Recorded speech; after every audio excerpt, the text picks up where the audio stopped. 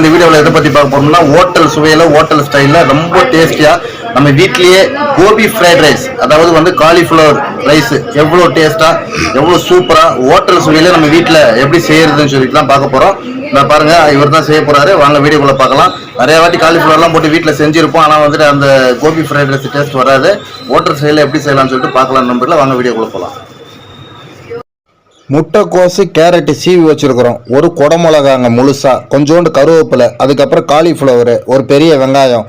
இந்த காலிஃப்ளவரை வந்துட்டு நாங்கள் ஆல்ரெடி வந்து கோட்டிங் போட்டு வச்சுருக்குறோம். நெக்ஸ்ட் வீடியோவில் இந்த காலிஃப்ளவர் எப்படி கோட்டிங் போடுறது அப்படின்னு வந்து உங்களுக்கு நான் விரிவாக சொல்கிறேன். நான் இப்போ அந்த பெரிய வெங்காயத்தை வந்து பொடியாக நறுக்கிக்கலாம் நண்பர்களே. பாருங்கள், இந்த மாதிரி தான் வந்து பொடியாக நறுக்கிக்கணும்.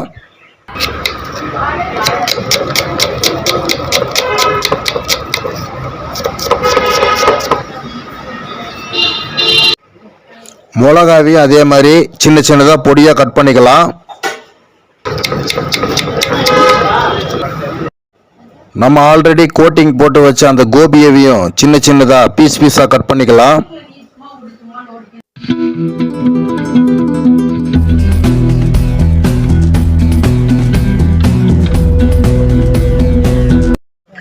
இப்போ எல்லாம் வெட்டி ரெடி பண்ணியாச்சு நண்பர்களே. இப்போ அடுத்து நம்ம செய்முறையை பார்த்துடலாம்.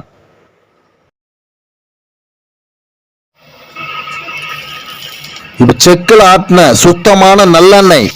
இப்போ ஆயில் நல்லா சூடாயிடுச்சு. வெட்டி வச்ச வெங்காயம் குடமிளகாவை சேர்த்து நல்லா ஆயிலில் வந்துட்டு வதக்கி விடணும்.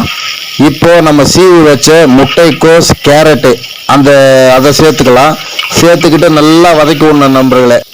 வெட்டி வச்ச கோபியை சேர்த்துக்கலாம், காலிஃப்ளவர். நெக்ஸ்ட் வீடியோவில் வந்துட்டு இந்த கோபி வந்துட்டு இந்த கலரில் கோட்டிங் பண்ணி ஆயிலில் பாயில் பண்ணுறது எப்படின்னு ஒரு வீடியோ வந்து விரிவாக போடுறவங்களுக்கு. இப்போ வந்து கோபி போட்டோம், அதுக்கப்புறம் வந்து கொஞ்சோண்டு கருவேப்பிலை போடுறோம். கருவேப்பிலை போட்டோம்னா கோபி ரைஸு நல்ல மணக்க கருவேப்பிலை வாசனை ரொம்ப சூப்பராக இருக்குங்க. சாப்பிட்றதுக்கு ரொம்ப நல்லா இருக்கும்.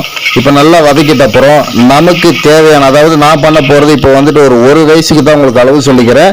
இப்போ நம்ம வந்து ரைஸை போட்டுடலாம். பார்த்தீங்களா, ரைஸை போட்டாச்சு. ரைஸ் வந்து ஆல்ரெடி வந்து நம்ம சாப்பாடு தான், இது ஆஃப் பாயில் எடுக்கணும், முழுசாக வந்து வேக வச்சிடக்கூடாது.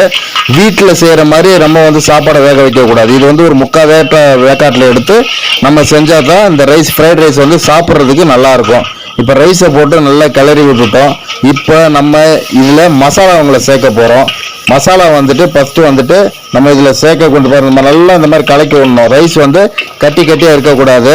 இப்போ மசாலாவை போட்டுக்கலாம். தேவையான அளவு உப்பு போட்டுக்கலாம், தேவையான அளவு பிளாக் பெப்பரு, தேவையான அளவு மிளகாத்தூள், தேவையான அளவு கரம் மசாலா. இதில் வந்து நாங்கள் வந்துட்டு ஒயிட் பெப்பர் போடல.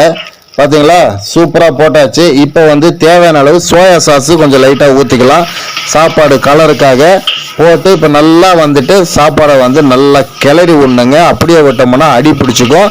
இந்த மாதிரி அழகாக கிளறி விடணும். வீட்டில் நீங்கள் வந்துட்டு கடாயில் செய்யும்போது நல்லா பார்த்து இதே மாதிரி பண்ணிங்க. நாங்கள் வந்துட்டு ஹோட்டல் ஸ்டைலில் ஹோட்டல் சுவையில் ஹோட்டல்லேருந்து நாங்கள் லைவாக உங்களுக்கு சொல்லித்தரோம். இந்த வீடியோ வந்து உங்களுக்கு யூஸ்ஃபுல்லாக இருக்கும்னு நினைக்கிறேன். பாருங்கள், இப்போ கோபி ஃப்ரைட் ரைஸ் வேறு லெவலில் சூப்பராக ரெடி ஆயிடுச்சு. பார்த்தீங்களா, பாருங்கள், எடுத்து சூடாக எப்படி கொட்டுறோம் பாருங்கள், ஆவி பறக்க. Gobi fried rice hotel style, hotel சுவை மாறாமல் ஹோட்டல்லேருந்து லைவாக உங்களுக்கு நாங்கள் பண்ணியிருக்கிறோம். இந்த ரைஸ் கூட ஃப்ரைட் ரைஸ் கூட கோபி ஃப்ரைட் ரைஸ் கூட ஒரு 2 ஐட்டம் வச்சுருக்கோம். அதாவது வந்துட்டு சாஸ் வச்சுருக்கோம், டொமேட்டோ சாஸ், அதுக்கப்புறம் சில்லி சாஸ். இது 2ல் எதனா ஒன்று ஊற்றி அழகாக சாப்பிட்டிங்கன்னா டேஸ்ட்டு வேறு லெவலில் இருக்கும். இந்த வீடியோ உங்களுக்கு யூஸ்ஃபுல்லாக இருக்கும்னு நினைக்கிறேன். இந்த வீடியோ பிடிச்சிருந்தா லைக் பண்ணுங்கள், மறக்காமல் சப்ஸ்கிரைப் பண்ணுங்கள், நம்ம சேனலை சப்போர்ட் பண்ணுங்கள். இதே மாதிரி உங்கள் வீட்லேயே ட்ரை பண்ணி சாப்பிட்டு பார்த்துட்டு எப்படி இருக்குன்னு எனக்கு மறக்காமல் கமெண்ட் பண்ணுங்கள் நண்பர்களே.